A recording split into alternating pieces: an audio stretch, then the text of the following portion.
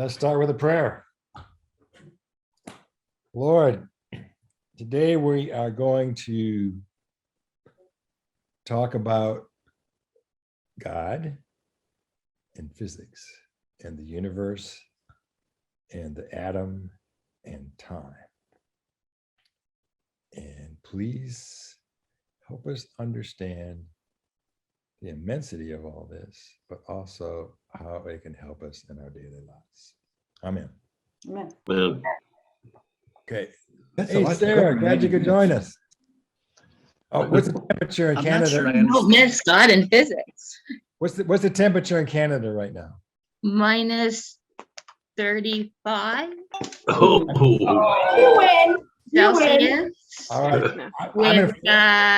with 15 to 20 centimeters of snow expected tonight for half of the country, something like that. All right. Well, So- I'm in Florida at the moment. I used to work for a company in Florida, but we also had an office in Minnesota. And I always wanted to do a 100-degree conference call. We may be pretty close tonight. So at Wow. minus 40 Fahrenheit and Celsius, they're both the same. So that's how close we are. Oh, that's where we meet. Yeah. We're Wow. almost there. All right. I'm going to share my screen here. Do you want us to mute Jim or do you want us to stay open? Stay open. This is an open discussion. Oh, I might have to mute because I've got a cat here that wants to talk too. The cat might have questions. They're welcome. You might, yeah. We would enjoy the cat. All right, this is about God and physics. Now, it was physics and God at first, but obviously you had to put God first. And then I put physics without the capital because we have to have perspective here. Okay. So ask questions anytime you like. This is an open discussion here. And I could talk forever about physics. So I'll try not to. These are two books. You may recognize one of these. One of these books I have read from cover to cover. Guess which one? Which one was more interesting? I will just say they are both a great adventure.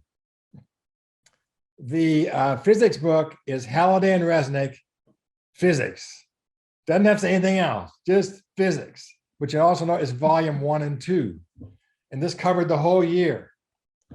And it's really a fat book. And I have bought this brand new Halliday and Resnick physics book. I don't know how much it cost back in the 70s, but it was a lot.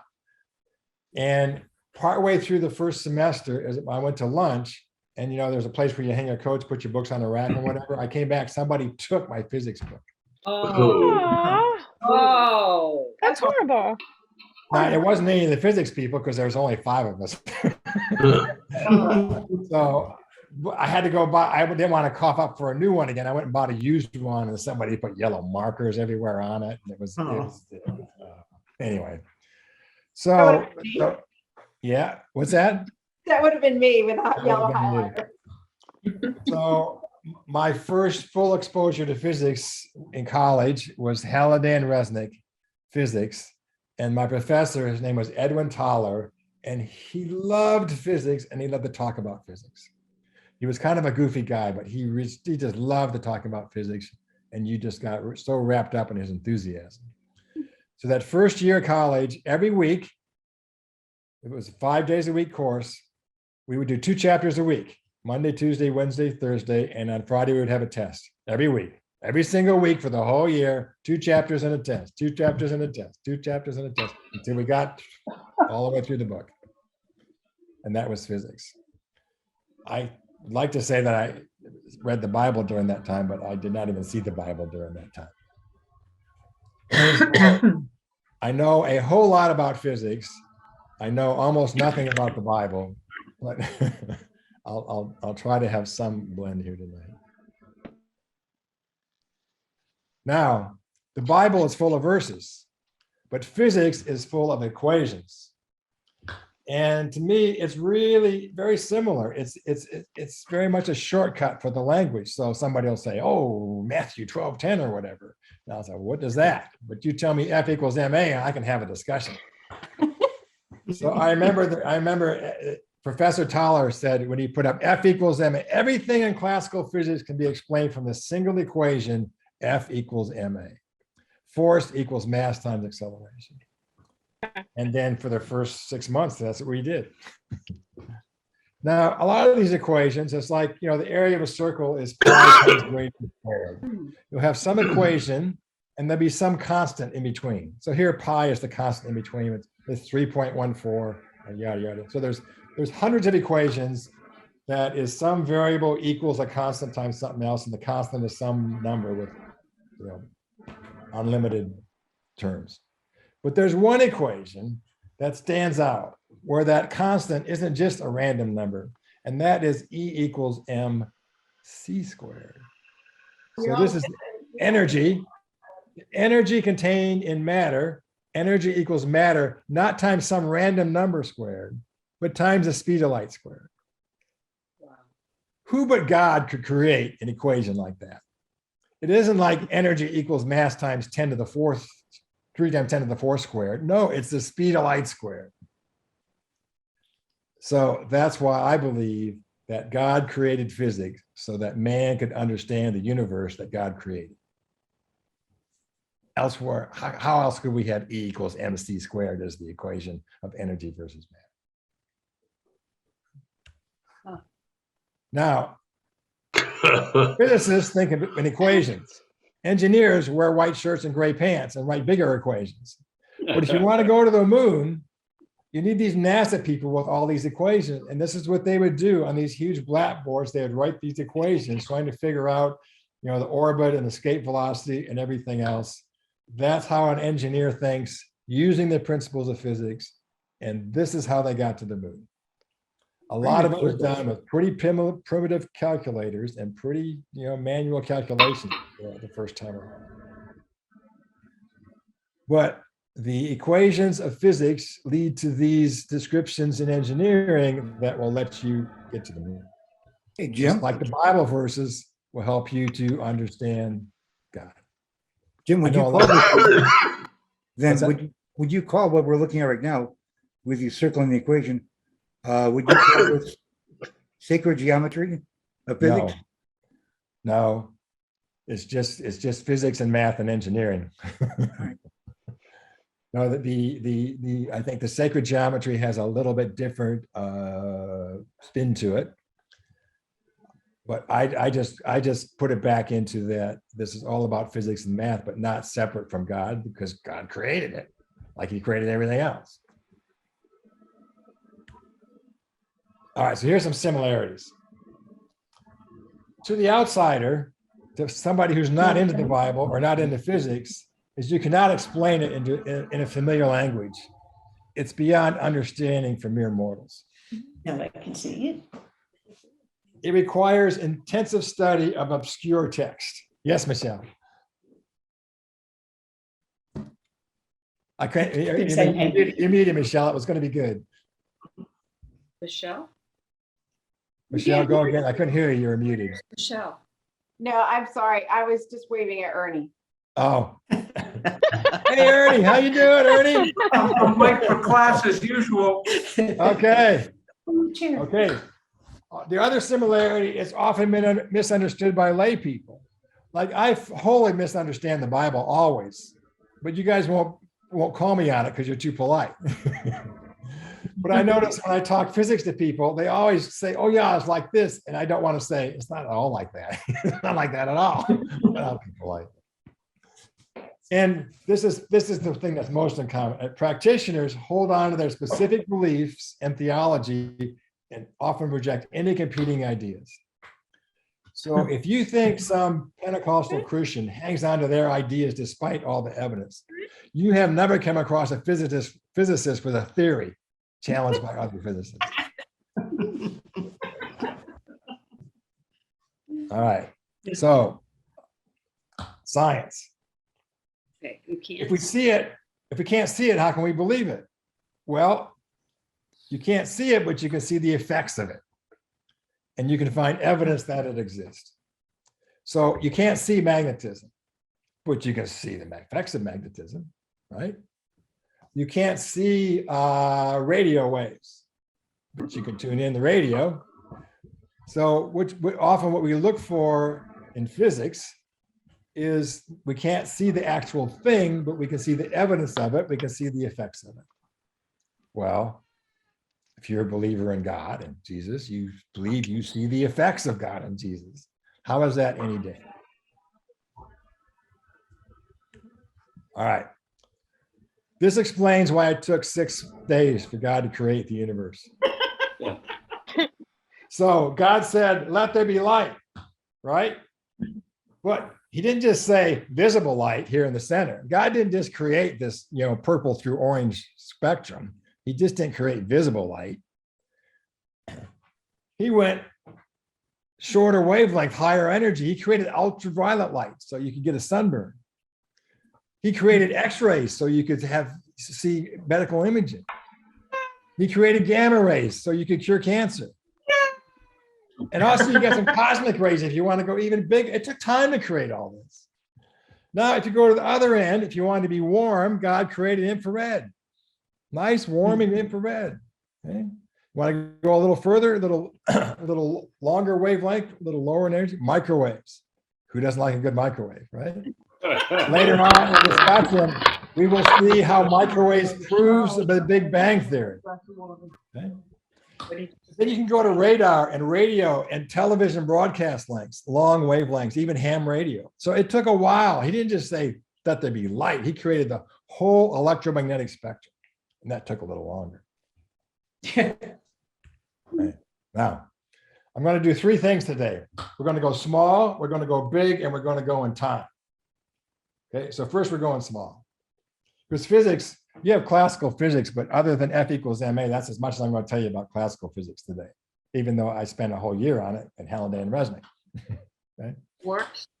Now we go to modern physics is where the fun stuff is. So first we're going to go small. So first you have the atom, all right? Everybody remember the atom? Oh, yeah. Okay. By the way, raise your hand if you ever took a physics class. Okay, physics class. All right. All The right. same course twice. Raise your hand if you ever did a Bible study.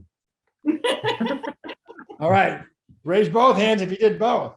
All right. I'm surprised at the number of people who have done both. All right. So we're going to go small. First, there's the atom. You all studied the atom somewhere in school, I'm sure. So you add you got electrons going around the nucleus. Inside the nucleus, you got protons and neutrons. That was the basic description of the atom. Okay. And it's a decent description, but it doesn't, it turns out to be mostly wrong. Oh, Now, when I was a graduate student at University of Colorado, they described to us that we went through all this modern physics stuff. They just said that most of what we're going to teach you today is going to be wrong in 50 years. wow. Because in the last 50 years, the stuff they taught 50 years before that was totally wrong now when it comes to going small or going big in terms of modern physics. So I always thought that was an interesting way to look at things. Here you had these experts who had spent their whole lives studying physics telling you what they're going to teach you is going to be wrong in 50 years. I think that's a good perspective to have. I'll also tell you that 2 other things about that time. One, I was in a class and each of the different specialties were talking about what they were doing and trying to encourage you as a graduate student to join their specialty. And we had a group there. It was the Joint Institute for Laboratory Astrophysics. And the guy came up to talk and he says, I can almost guarantee you that one of you people in this room will go up in space. Well, this was the 70s. Space didn't happen yet too much. And as it turned out, one of those graduate students ended up going in space because his comment was that while today astronauts are going up in space, in the future scientists will go up in space. And one of those people actually went up in space. The other thing, at that time, black holes were still a theory. They hadn't really proven that black holes existed. Of course, today they show that there's a black hole at the center of every galaxy. So what I was being taught in the 70s in physics as a theory, now, sure enough, 50 years later, turned out to be the reality. All right, you may notice at the bottom of this page, there's something called quarks. Raise your hand if you've heard of quarks. I've heard of them. All right. I'm going to explain a little bit about fundamental particles. Oh, boy. Okay. Not about just protons and neutrons and electrons. They're all part of all these elementary particles. And this looks complicated because it is complicated. And you see on the left, the purple ones are the quarks. And on the upper left are 9 of them, up, down, charm, strange, top, and bottom. These were all names thought up by physicists. If you go to the right, there's 3 equal ones, but they're the antiparticles because every particle has an antiparticle. Now, you may not have known about the up and the anti-up, but you may have heard about, if you go down to the green ones, the electron, and as we go over, we see the positron. Because wherever there's matter, there's antimatter. And when matter and antimatter collide, we get great energy. So here you see all these fundamental particles. And when I was a graduate student, quarks were in some of them. We hadn't filled out the quark line yet. And the leptons, we had some of those, but not all of them. The neutrino was the cool one because the neutrino had almost no mass, just a little bit, but it was hard to discover, but it had to be there. Otherwise the equations didn't work. Now, you go over to the right, we get these red ones. These are the bosons. These get really, really strange, except for the photon, of course, which is light. Now, on my screen, the one on the upper right is blocked by your beautiful faces, but can you see the thing called the Higgs boson? Yeah. Yeah. All right. Anybody ever heard the term God particle? No. Anybody ever heard the term God particle? No. No. Yes. Where you guys been? They just discovered it last year. It was on the Big Bang Theory. That's where Exactly. Exactly. All right, Sarah, go Sarah. So how do you create these particles? Well, first of all, you have a linear accelerator and you crash electrons into a target. Boom, creates these gamma rays because it smashes down. But you can get really big linear accelerators and crash them in really hard and get even more energy going on. And as you do that, you create some of these particles that you can see the effects of. And so they started making bigger accelerators. They went in huge circles miles around. And they would run these particles around the circle and faster and faster and faster, close to the speed of light, and then they'd crash them together. Sometimes they'd run them in opposite directions and crash them together. And the more energy they can crash them together with, the bigger and stranger particles they can make. Okay? So over at CERN in Europe, which was the biggest accelerator because the one in Texas flopped. So they made the biggest one over there, and they figured they had enough energy in the collision that they made that they could create the Higgs boson, from the Higgs boson, you can create all the other particles. And that's why it's called the God particle. So the question for you all is, did God create the man particle or did man create the God particle? We're gonna solve that tonight. Good question. Are we going to solve that tonight? Well, we may. The answer could be yes to both, right? Okay, so we went small. There's lots of strange stuff when you get to small. The Einstein did his special theory of relativity, which combined the explanation of gravitation and electromagnetic forces. But he couldn't get the other two forces in there, the strong nuclear force and the weak nuclear force, which is where all these funky particles come in. And I'm sorry, the general theory of relativity combined gravity and electromagnetism. But he couldn't get it all together for the rest. I'll come back to that part in a moment. But they did prove the general theory of relativity, because what happens when you get down to these really small things, you can't explain them in terms that we understand. there's no metaphor that works. You can make up the metaphor. It's kind of like God. How do you explain God? Yes, Michelle. Hey, Dave, I think Dave has a question, Jim. Yeah. Dave, you're muted though. He's got his hand. No, I didn't have a question. I was, when he said it, anybody heard of the God particle? I was raising my hand saying, Oh, I knew. because I Dave. watched The Big Bang Theory. Yeah, there you go. All right. That's right. The Big Bang Theory is the source of most people's understanding of physics. Yeah. Okay, so was there any evidence of this general theory of relativity? And there was, because the theory was that you have space, right? You have 3 dimensions of space, up, down, sideways, back and forth, so forth. You have 3 dimensions in space. What Einstein does was, let's combine a 4th dimension, which was time. So you have the space-time. It's the 3 dimensions of space plus time. Just look at it as 4 dimensions. Don't think about, don't get caught up in, well, one's time and one's not. There's 4 dimensions in time. And all of space is the space-time continuum. And where there's gravity, where there's a huge mass, it puts a curve in space. And light will follow that curve. So he sent a couple of experimental physicists out to this eclipse. The eclipse was in some island somewhere. And they could see, if they could see this star that was just on the edge of the sun from where they were looking at, they would see it curve when it came around there. And they could only do it during an eclipse. Otherwise, the sun was too bright to see the star. And they went and they took the photographs and they did the experiment. And sure enough, that light didn't come straight from that star to Earth. It curved around, just like Einstein said it would. So you couldn't prove that this general theory of relativity existed, but you could see the effects of it and prove it that way. And that's what he did. Okay. Who has heard of the uncertainty principle? Yep. Ernie, Okay. I'm sure you have. Okay, this was Heisenberg's big deal. Heisenberg created this concept. And the concept was, if you look at a particle that has a position and a velocity, is that you can't accurately determine both at once. It's impossible. That's the uncertainty principle. Okay.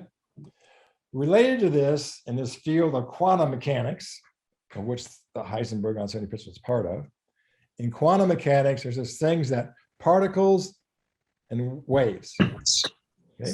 So a atom is a particle, an electron is a particle, right? A photon of light is a wave, right? Wrong. Everything has both properties. Everything that exists has wave properties and particle properties. Sometimes if you go really small, I mean, smaller than an atom, no, to an atom or smaller, the electrons and the protons and the neutrons start to behave like waves as well as particles. And a photon of light under certain circumstances will behave more like a particle than a wave. So that is called duality. So you have to keep in mind that when you get down to really small, to the atom and to the nucleus and below that, everything's acting sometimes like a particle, sometimes like a wave. This thing called duality. Well, have you ever heard that about God? You got God, the Father, you got God, the Son, Jesus, you got the Holy Spirit, you got a triality. It's the same thing. Pretty hard. Here's God acting in 3 different ways. Sometimes he's this, sometimes he's that. Depending on your situation, he'll be one of those 3 ways. In physics, you have this wave particle duality. Depending on the circumstances, sometimes it behave like a wave, sometimes like a particle. Doesn't that prove that God created physics? Yeah. Einstein didn't like this Heisenberg uncertainty principle. See, the old physicists had already done their inventions, and the young physicists were trying to take over by having these new ideas, and the old physicists always kind of poo-pooed the new physicists, right? So by this time, Einstein had already done the special theory of relativity, a general theory of relativity, and these new young guys were coming up with quantum mechanics, and that was outside of his ballpark. So he says, God does not play dice. How can it be a particle, or how can it be a wave? How can it be a probability of being somewhere instead of being somewhere? His favorite phrase was, God does not play dice with the universe. Well, unfortunately, the new guys were in, Einstein was on the way out. So you have Stephen Hawking saying, so Einstein was wrong when he said God does not play dice. Consideration of black holes, surprised that only that God does not only play dice, but that he confuses this by throwing them where they can't be seen. Not fair, not fair. Now, Oh, go Stephen Hawking. Oh, that's good. that describes perfectly what happens when I try to read the Bible. There's always some Greek word that you can interpret some other way that gives it some completely different meaning. And that's what makes it a great adventure. I have a parallel. All right, you ready to go big? Yeah. All right, now we're gonna go big. All right, first let's go with the earth. It's a big round earth. Well, about the time of the Bible, they didn't have a nice picture like this to prove that the earth was round. It was still that flat earth stuff and everything going on. And then we had the solar system, and there was a big, big controversy with Galileo and the solar system versus what the Catholic Church believed at the time, that the earth was the center. Now, it wasn't so much that the church at the time disagreed with science. As it turns out, Galileo was kind of a jerk. He proposed a solar system. I think he kind of called them out. I don't know if he called them morons or what he called them, because earlier on, Copernicus and some others, they were throwing science out there, and the church was fine with that. It didn't conflict with what they were saying. So I think the whole conflict here wasn't so much between the church and science at this time. It was the way that Galileo presented it challenged the church. And that's where he got into trouble. In terms of this earth being at the center and everything rotated around it. Because I mean, look, you're sitting here on the earth, right? With your sheep, you're at night, you see the stars up there. The sun comes up on one side, it goes around on the other side. You know the stars pretty well, they're rotating around. Your evidence, your visual evidence is that everything's rotating around the earth.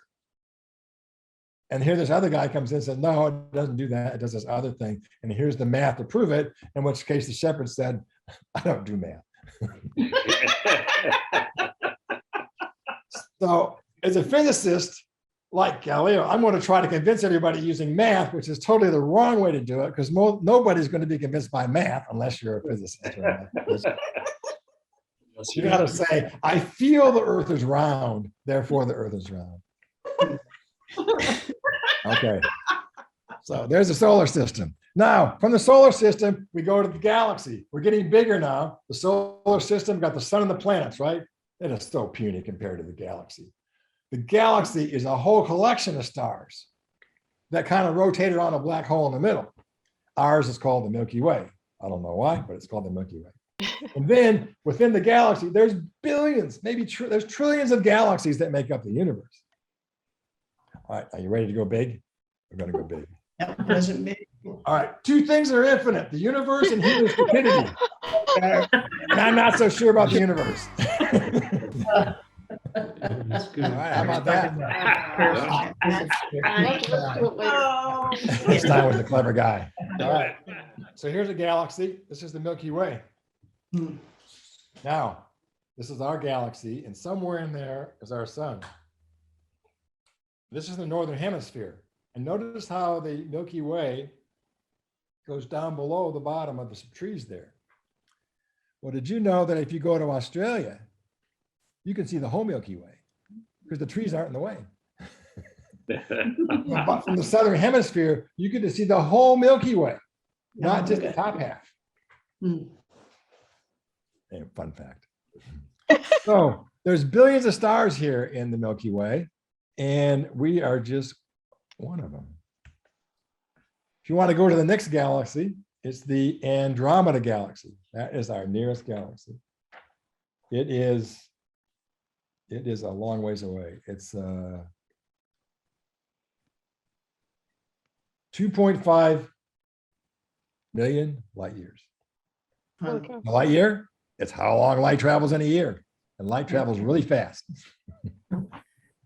So the point here is that when you look through a telescope at the Andromeda galaxy, if you get one, you get a chance to look at it, you can see it. It looks like this kind of. That wasn't the Andromeda galaxy today. That was the Andromeda galaxy 2.5 million years ago. Yeah. Because that's how long the light took to get here. Yeah. All right. So I want you to, I just want you to soak that in for a minute. Because we're kind of dealing with this time thing where we're not talking about biblical time. We're talking about something that's really old. Galaxy time. Wow. Biblical time is 2,000, 3,000 years old. Here we're talking about 2.5 million years just to get to the nearest galaxy. All right. This is the Orion Nebula. This is what happens when something blows up there in space. Pretty. Now, there's all kinds of great things out there in the universe. There's black holes, there's white holes, there's quasars, all this stuff. When I was in graduate school, they kind of figured out some of the stuff, but not too much of it yet. Now they've figured out a lot more stuff. It's such a great adventure when you're out there in the galaxy. Now, one of my favorite parts of the galaxy, one of my favorite is a white dwarf. Anybody ever heard of white dwarfs? Yes. Yeah. This is not a racist statement about I've seen Snow White, so yeah. Wasn't that one of the seven dwarfs? yeah, one of the seven dwarfs. Yeah, exactly. All right, a white dwarf. Imagine all the mass and energy of the sun. Okay. And you compress it down small into the size of the earth. That's a lot of times small. You take all the energy of the mass of the sun and you compress it down into this tiny little space like the earth. All that mass and energy is called a white dwarf. Now, the white dwarf is a little bit unstable because if it gets a little bigger, it's going to blow up. If it gets a little smaller, it's going to collapse. So they don't last too long. Well, this particular white dwarf was next to a red giant, which was a huge star, a little bit cooler, and it kept sucking mass out of the red giant. And finally, we know this because the Hubble telescope was pointed in this part of the sky, and the white dwarf collected just enough mass to become unstable, and it blew up into a supernova. Unimaginable amount of energy just blowing up in the universe. Supernova.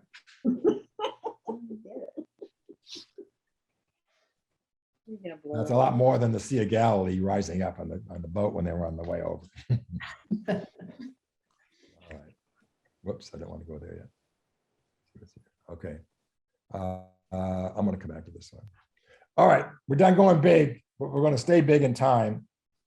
Any questions about big before we go to time? Okay, so it's about time.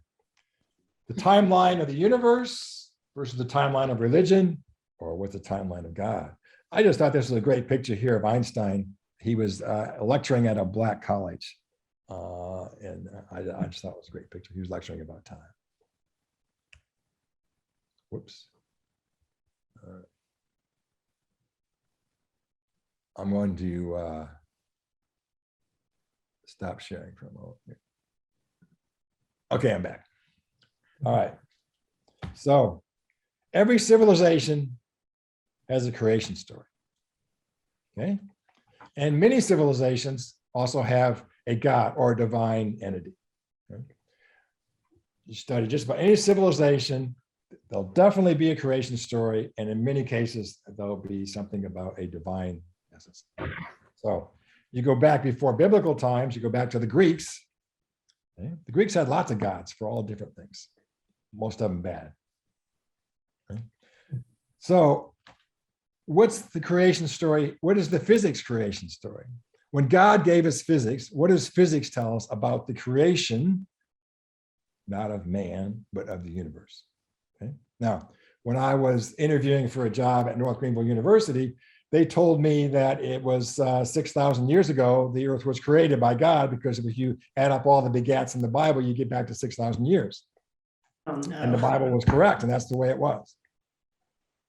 Well, so that Bible book, that tells you to go back 6,000 years, but my physics book had some other information.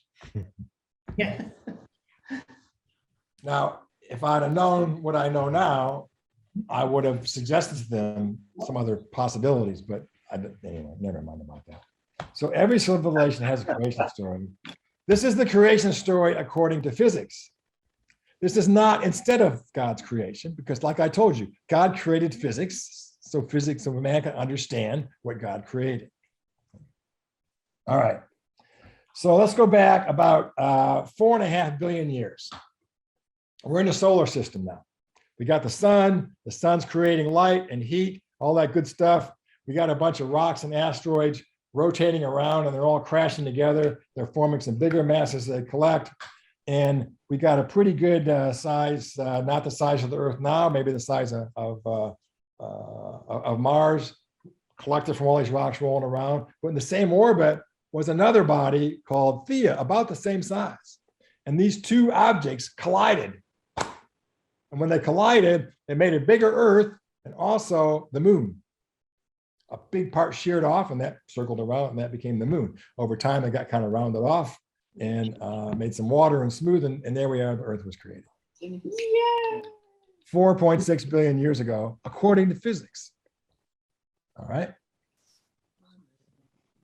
Now, let's go back further. Well, when was the galaxy created? Now we have to go back about 11.2 billion years for that. Now, this is one of my favorite stories.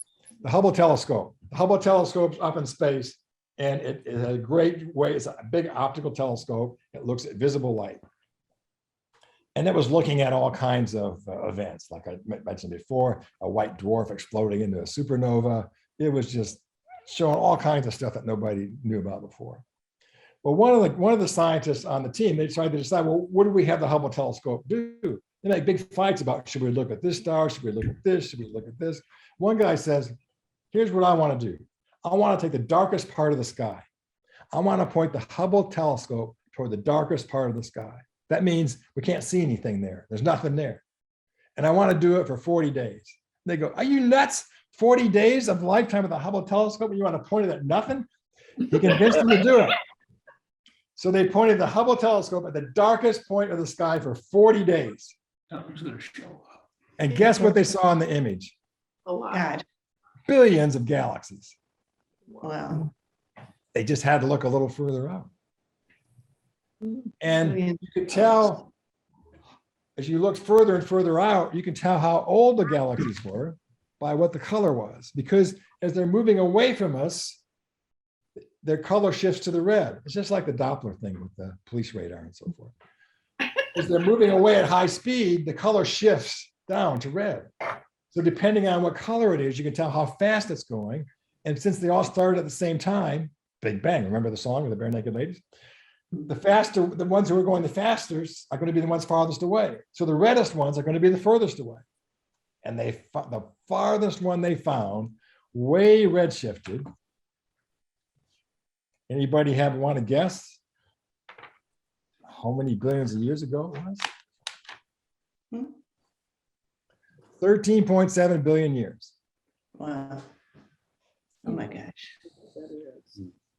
That's the age of the universe, according to our current understanding of physics. So you might say, okay, I'll do you one better. What happened 13.9 billion years ago? Should have stayed 60 days. That's right. So, I mean, you can always do this. You can say, okay, that's 13.8 billion light years out there is this red galaxy. Well, okay, what's beyond it? What's on the other side of it? Is there a wall there? No, it's going. In fact, when they did their measurements, they actually found that they were moving away faster. They were accelerating, and they can't explain it. Which I always love when they can't explain something. Yes. Keeps us all humble. Way slow down. Not Yeah. go faster. Yeah, exactly. So here's what they think. And how do they know that? Remember that. I'll show you this picture. I'm going to show you this picture, and it's going to mean nothing. Oh, hell. We're in for it. Is it a drawing? All right, see this? Yeah. Okay, so they wanted to see the evidence of the Big Bang. So if there was a Big Bang, then what would happen was all this matter, all these galaxies got thrown out into the universe, right? But there should be remnants of radiation from this. And this is they put another telescope up in space. It's called the Planck telescope, after a famous physicist. And they looked at microwave radiation. This is the whole universe mapping in the microwave radiation in the universe. This is the remnants of the Big Bang in the microwave region of the electromagnetic spectrum. It's not uniform, it's variable. Somehow that means something. I'm not sure what it is. So this is the picture of the remnants of the Big Bang in the microwave spectrum. Okay, now I'm going to stop this again so you can see me wave my hands again. All good physicists wave their hands when something good's going on. All right, so what happened before the Big Bang? Okay, this was at the time of creation, physics creation. All right, 13.8 billion years ago, the Big Bang happens. Okay, what was before? Yeah. Okay, it was hot, it was dense, it was contained. It was all matter and energy. It wasn't stars and galaxies and whatever. It was all this contained mass of energy, pretty much. What Well, about plants? no plants yet. No plants yet. However, and Ernie can tell us this. You have a champagne glass, right? And the bubbles rise Yeah. up. If you have an imperfection in the bottom of the glass, you'll get more bubbles. Because the imperfection is what allows the bubbles to form. Or when you're boiling water, if you have some imperfections in the bottom of the pan or some little particles, it'll bubble more because the bubbles form in those little imperfections. Okay? Well, so here we have before the Big Bang, before the universe, there wasn't really a lot of matter. It was just all this energy. Okay? And somewhere in there formed a little speck, a little tiny speck of mass. And something happened to be just right. It was called the time of inflation, when that tiny speck of mass became a big speck of mass. So it went from like the size of a marble to the size of the earth. And then it became unstable. And all the energy around it got converted into not just energy, but also into a lot of mass. And then we had the Big Bang, boom, and then we had the big explosion. All the matter was created at that point, as well as a lot of energy, and that went all throughout the universe. That's what they think happened at the Big Bang. Now, the universe is expanding. The idea was when the universe is going to expand, sometimes it's going to stop expanding and it's going to collapse back down. Of course, they don't know that. That's just theory. And now that they find out that it's accelerating away from us, that kind of puts a damper on that motion. Yeah, accelerate. So that is the story of creation, according to the current understanding of physics, which of course we all know is going to be wrong in 50 years. Is gonna be long. Yeah, it's like the weather. So when somebody tells you this is the way it is, whether that's from a Bible verse or a physicist talking about the universe, It ain't necessarily. keep an open mind and you can find your own path to God. Wait 50 years. Uh, Yeah, right. All right, I'm ready. Oh, wait, I have one more thing. This is great. We're talking about time. We were having margaritas just before this. Next time, totally. So when we're talking about time, this was the napkin we had. Oh, wait, I thought growing old. Can't see it. I didn't see it. I thought growing old would take longer. We all agreed on that one. Yeah.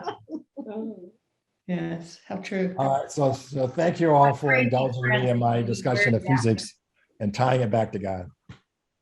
Jim, Any other question? I have a question. This new vehicle that's going to not replace the Hubble, but is more powerful.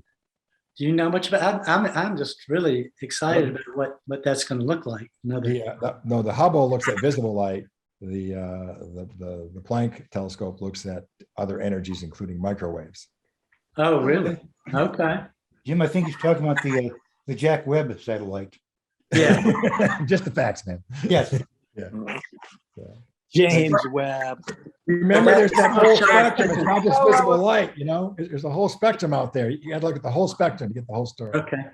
So it's Jim, just looking at different things. Is that what you're saying? Yeah, okay, Ernie, you have a question? I got a question. When the Hubble is pointed at a spot, so it can't see the whole universe at once. Right. Yeah. But when you talked about the Max Planck, right? Yeah. You talked about Max's, I can't say Planck. When you talked about Max's telescope, why was it able to see the entire universe at one time? Good question, Grasshopper. Yeah, thank you. It took 4 years to make that picture. The satellite moved around pointing in all directions. It took 4 years to make that whole picture. 40? What's that? Yes, 40. 40. No, 4 years. Four. So 4 it years. just, it's picked up, started at a point in space, Yeah. and it revolved 360 over 4 year period. Yeah, that's right. How did they, I'm curious, how did they pick that time frame? So it'd be 1 year for each 90 degrees, if I did that correctly. So I mean, why 4 years instead of 8 years or 6 years or 2 years? The Wi-Fi wasn't fast enough. Wi-Fi wasn't, okay. Well, I'm trying to put you on the spot. I'm just curious how they figured that out.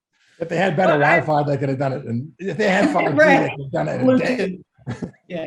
I Okay. actually, Okay, so it was a transmission problem, not, No.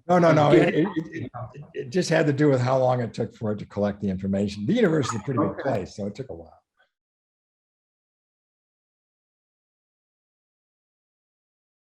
I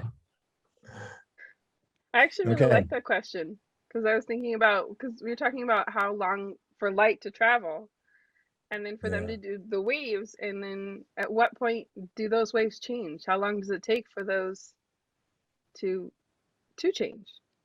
to run out of gas.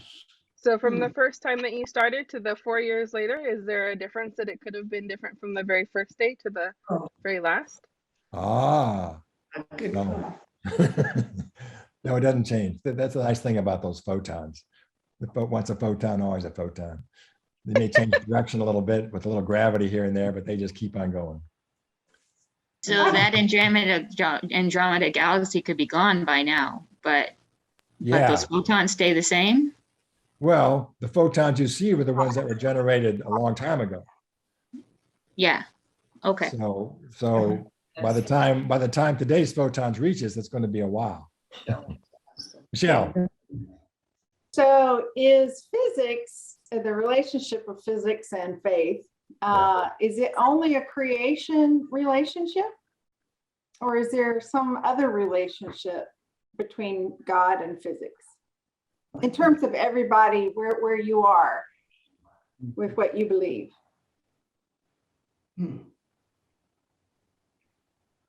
Lots of eyebrows raising.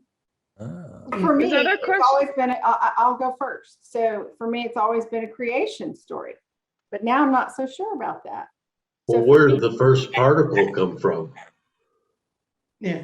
But I mean, in terms of my understanding of a creation story, it's physics has played a role in my creation story of basically, I think Jim and I are in the same vein of that's just how God did it. So now we have the explanation of it. But in terms of the other parts of your faith or your not just in your understanding of a creation story, but how does God and physics have a relationship perhaps in other parts of your life? Maybe is a better question. Oh, that's a big question.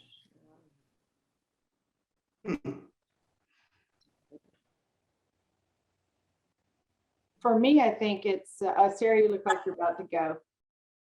I was just wondering, is that related to a question about like why does the science that we use to cure cancer cure some people and not others?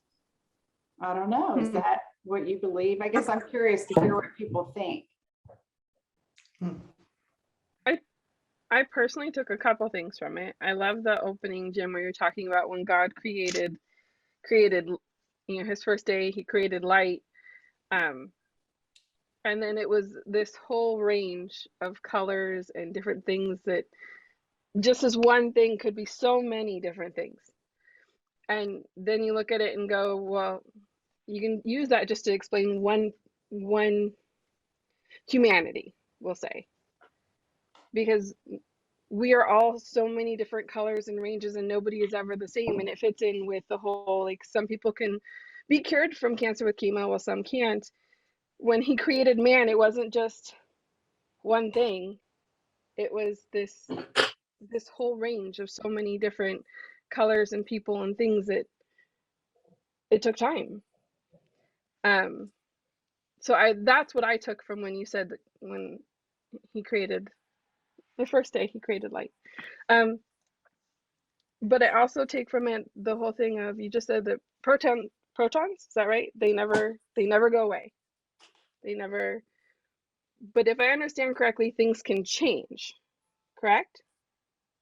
Well, Can they the photon can hit something photons? and be absorbed and go, and it'll be gone. And If the it's photon can be refracted, it can be reflected. So it's not forever, but those, if nothing gets in the way, the photon's going to keep going unaltered until it hits something, like the detector of the telescope. So if it hits something, does it change and become altered, or does it go away? Usually it goes away, but you can alter it. Well, Okay. yeah, take a look at a, photon hits a prism. Even better, photon hits a raindrop, right? Yeah. Okay. It's refracted into all its colors, you have a rainbow. Yeah. So what started out as this white photon became all these different colors, and you see it in the rainbow. I like that.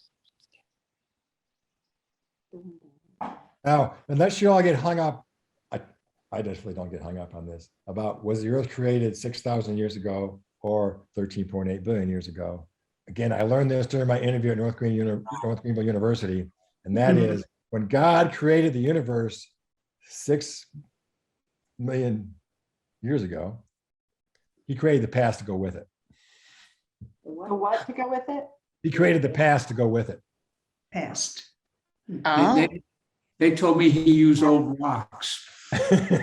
He used exactly, he used old rocks. So I mean, That's he's all powerful, he can do anything. So maybe he created the past to go with it at the same time he created it. Why not? I mean, he's God. He can do everything. I thought that was a great explanation. If at the Scripps trial, the one on evolution and so forth, when the prosecutor was asking the witness, do you believe everything in the Bible is absolutely true? And the guy had to say yes, I wish he'd have had that answer for him, Mm-hmm. Yeah. Well, it also might be that that some people have a different definition of time. What might be 6 million years or 6,000 years to them could be 13.8 billion for us. Because they never talked about a consistency. So it could be a factor of conversion. Oh, conversion. Interesting. That's kind of the time conversation I think we have occasionally about the 6 days. God creating it in 6 days and resting on the seventh. And I've always thought that that's a day was not a literal one of our 24-hour days. But then there are people that believe that. Think about it. What is a day? Here on Earth, here on our little tiny planet, and this huge universe, what is a day? The day is the time that it takes our little planet to rotate around once. Okay? Well, if you're over there in the Andromeda galaxy and a planet there, because we've discovered through the Hubble telescope that almost every star has one or more planets. Okay? So you're over there in Andromeda, well, maybe that planet's rotating a lot slower. So their day might be 100 years. Because a day is defined is how long does it take your little planet to roll around? So Use maybe God use was Nep- hanging out in Andromeda for a while when he created the universe. Use Neptune or Jupiter or anything to define. Yeah. Their days are different. If you were in Andromeda and you were at around a star equidistant from it to where we are, they also would have a 24-hour day. But they, What about the interpretation of the word day?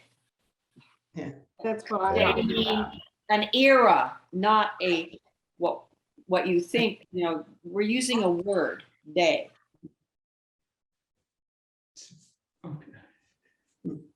Right, a day could be a 1,000 years.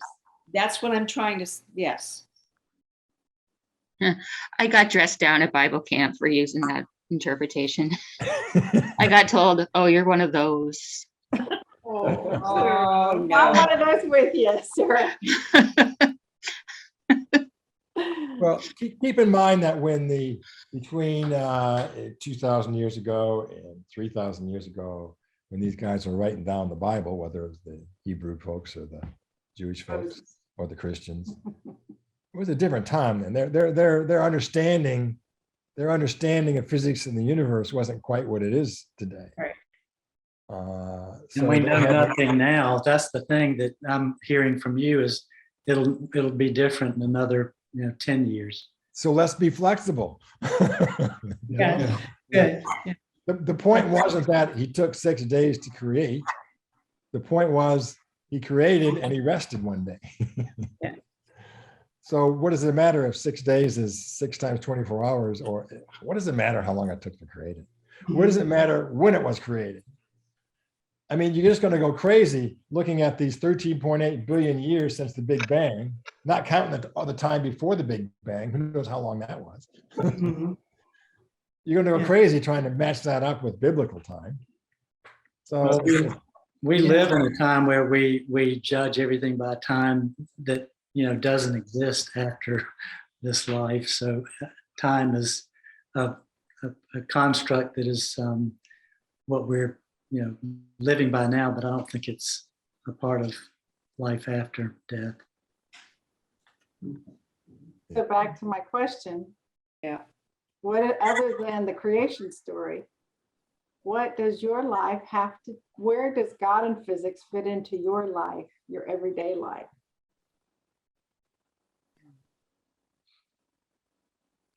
For me, they both are intriguing and help me realize the greatness of the cosmos. And it's exciting to me to learn more and to figure out the connections. And also, just in my view of God, some of the books that I am drawn to lately tend to put all of that together, and it's exciting to me. I don't feel like there's any contradiction between the two. Neither knows everything, and yet both know something that is worth looking at. So to me, it's intriguing.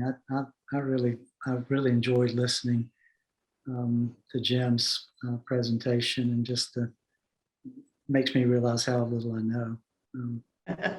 It's good. Well, I would say that both physics and God, the understanding of all those billions of years and those big things and those little things and all of God that we know is just more than my little brain can even comprehend in the smallest way possible. I'll just leave it at that. I'll answer Michelle's questions this way. When I was not interested in looking at into the Bible, until Roy King told me the Bible is a great adventure. And when you can look at it that way, I became interested in looking at it. Well, I will say to each of you who are afraid to look in a physics book, that physics is an amazing, great adventure. And if you look at it in those terms and appreciate all the adventure, every week when I did 2 more chapters of that Haladan Resnick physics book, it was a great adventure. And if you look at it that way, physics can be an amazing thing, just like the Bible. A bit of mystery. Yeah. But let me just interject one thing. Mulvaney's brain, a physicist's brain, and I've known a lot of physicists in my life, their brains are just not like most of other people's brains to be able to understand all that. So The test is like that. So Jim, is there a Physics for Dummies book out there? That's a great idea. It's just not done. It's just. It's called the TV show, The Big Bang Theory. No, the Big Bang Theory did more for the image of physicists than all the thousands of years since Galileo. I mean, you even had an experimental physicist there who hooked up with this hot blonde. I mean, Yeah. how can I get better than that? That's how you can tell it was fiction. Oh, that's not Jim and Tracy are living it. He hooked up with a hot It was a long time ago. blonde. Guess you weren't blonde then, huh? Well, that is when it happened. On a slippery slope Yeah. here. Shut up, Ernie. I'm not True that word. not smart like Jim, but I just wonder if there's any correlation, like when I look at, something like, certain flowers, the way they're made, and you look at the design of that. So, okay, I know you guys have heard of intelligent design, that way of looking, intelligent design of whether you have faith that there is a God.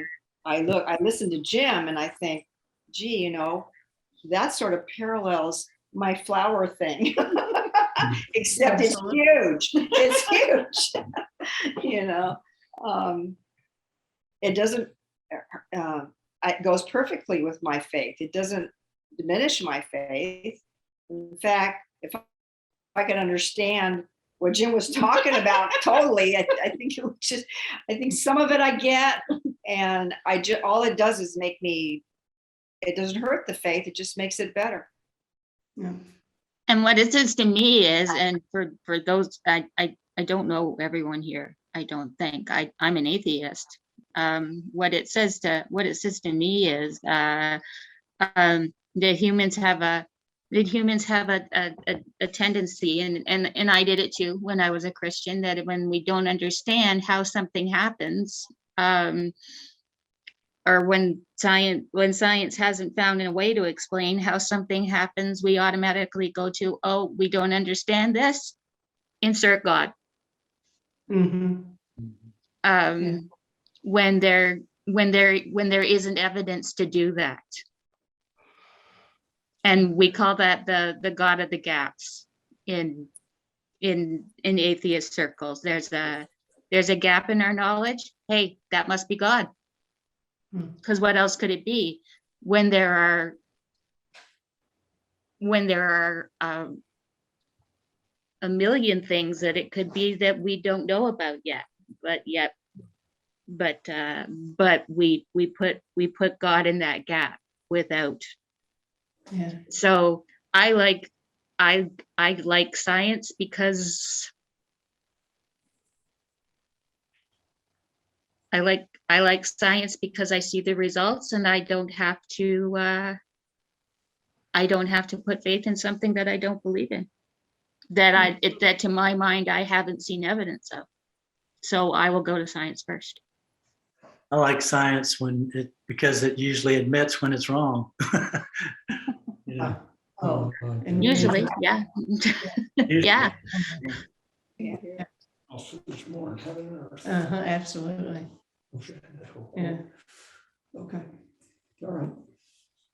When you look at the span of time and you see that biblical time to the present is such a short fraction of that, if you just think of that perspective for a moment, it raises that question of, did God create man? or did man create God? Yeah.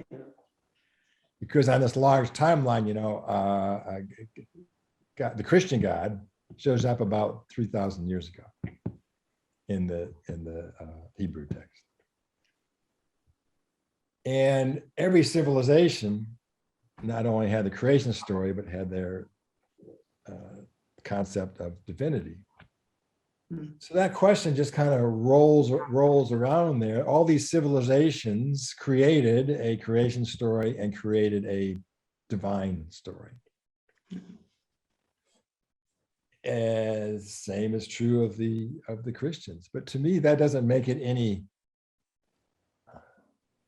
greater or less. You can say, okay, well, man created God in 3,000 years ago, the Christian God 3,000 years ago. If you want to start there, that's fine. But I would say, well, okay, God created the universe, man happened, and then man created God. So I mean, it just keeps going around in a circle. Then either you have faith or you don't. It's not about proving it or disproving it. It's not about forcing your belief on others. It's faith to me is a belief. And we all have our beliefs. And in my mind, that's how I see faith, and that's how I see God. It's a belief. It's not something to be proven. It's not something to be disproven. Voltaire said, if God created us in his image, we return the favor. Yeah. Separate themselves from the situation, kind of like. Yeah, I don't know the word she. What's this? I don't know. I'm sorry, Carson, could you repeat what you just said? I just thought of the term that Voltaire said. He said, if God created us in his image, we have returned the favor. In other words, we created God in our image. Oh, no.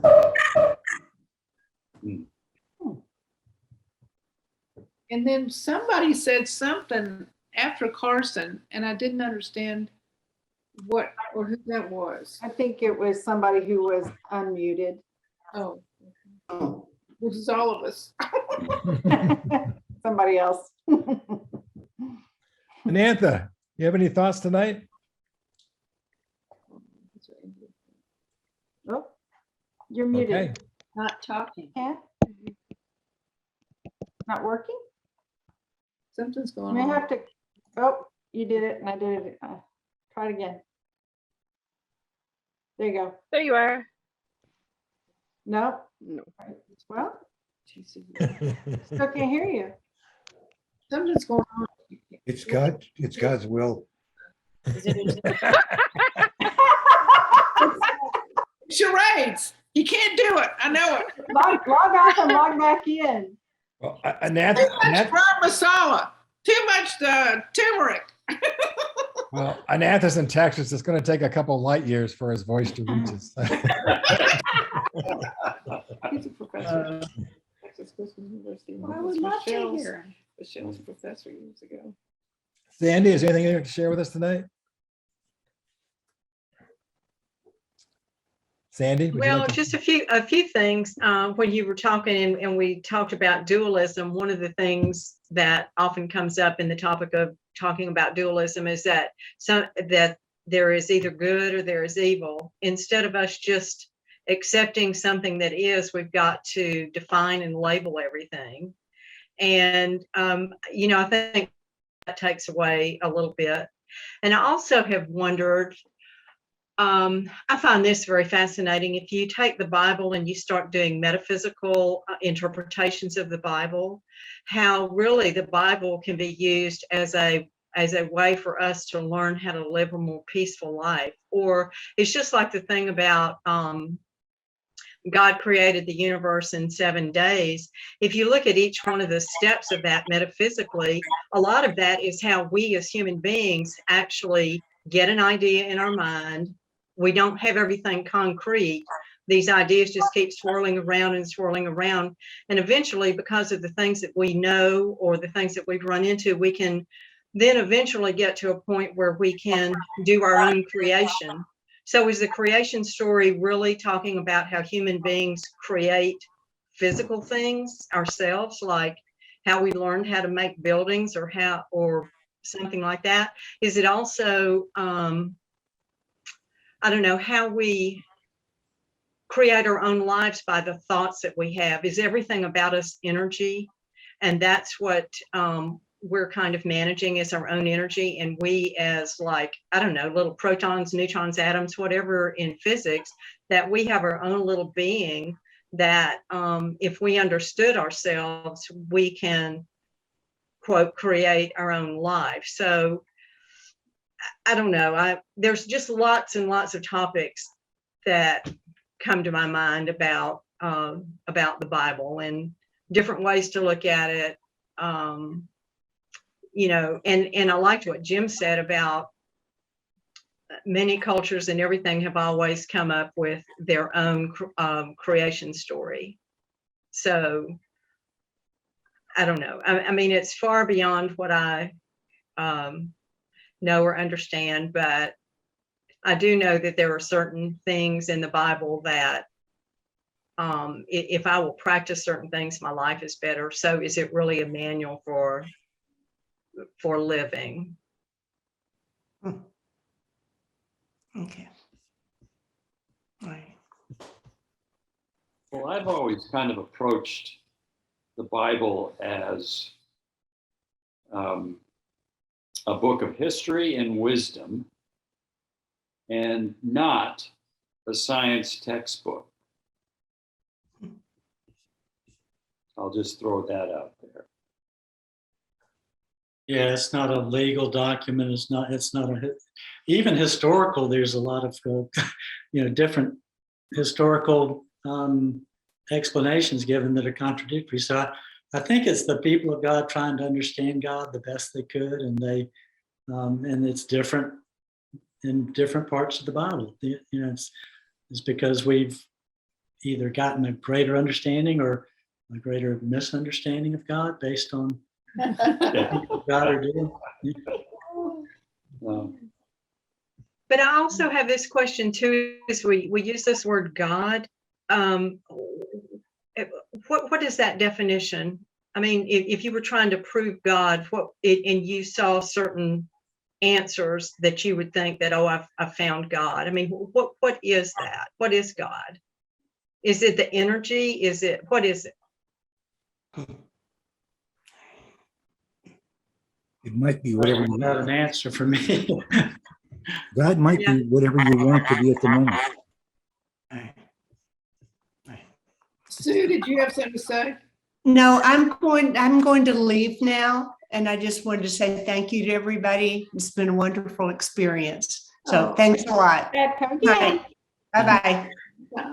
I need to go as well. I've got a long day tomorrow, and I've got to go to work. I don't have a way to avoid it. So this has been interesting. Thank you so much for the presentation, Jim. It was wonderful. Thank you. Bye, Carson. Right. Okay, why don't we close the main program now? And I'll just close on a short prayer. Lord, for those of us who believe, you created us and everything. For those others who have different beliefs,